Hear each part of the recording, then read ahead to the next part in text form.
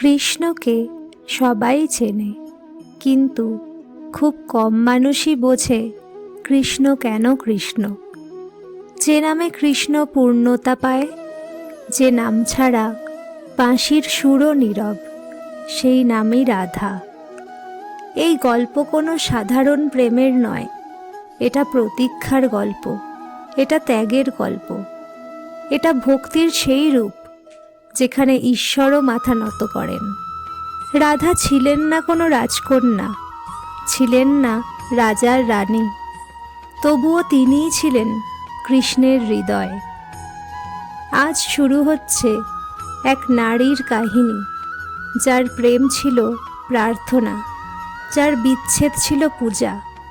রাধা, যেখানে শেষ হয় মানুষ, সেখানেই শুরু হয় ঈশ্বর। বৃন্দাবন একটা ছোট্ট গ্রাম, যেখানে প্রতিটা বাতাসে ছিল বাঁশির সুর, আর প্রতিটা হৃদয়ে ছিল এক অজানা টান।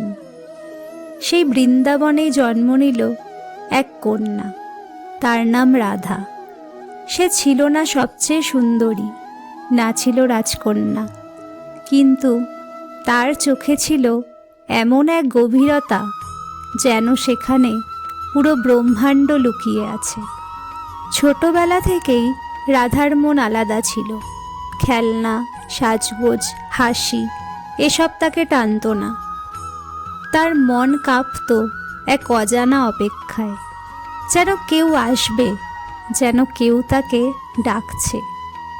একদিন বিকেলে বৃন্দাবনের আকাশে ভেসে এলো এক সুর, বাঁশির সুর। সেই সুর শুনেই থমকে গেল রাধা। তার হৃদয় কেঁপে উঠল, চোখ বেয়ে অশ্রু নামল, কারণ সে বুঝে গিয়েছিল এই ডাক তার আত্মার জন্য। এই ছিল কৃষ্ণের বাঁশি। রাধা তখনও জানত না এই বাঁশি তার জীবন বদলে দেবে, তার পরিচয় বদলে দেবে, তার অস্তিত্বকে চিরদিনের জন্য কৃষ্ণের সাথে বেঁধে দেবে। রাধা আর কৃষ্ণের সম্পর্ক এটা সাধারণ প্রেম নয়। এখানে নেই দাবি, নেই অধিকার, নেই তুমি আমার। রাধার প্রেম ছিল নিঃশর্ত। সে কৃষ্ণকে ভালোবাসেনি পাওয়ার জন্য, ভালোবাসেনি কাছে রাখার জন্য। সে ভালোবেসেছিল কারণ কৃষ্ণই ছিল তার শ্বাস, তার প্রার্থনা, তার ঈশ্বর।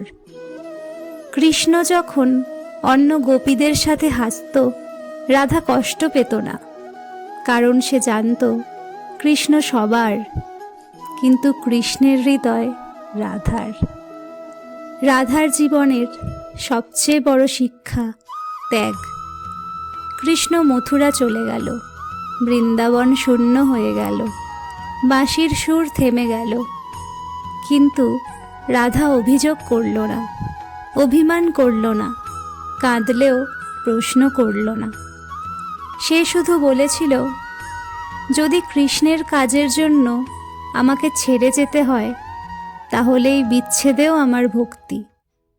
এই ত্যাগই রাধাকে বানিয়েছে অমর।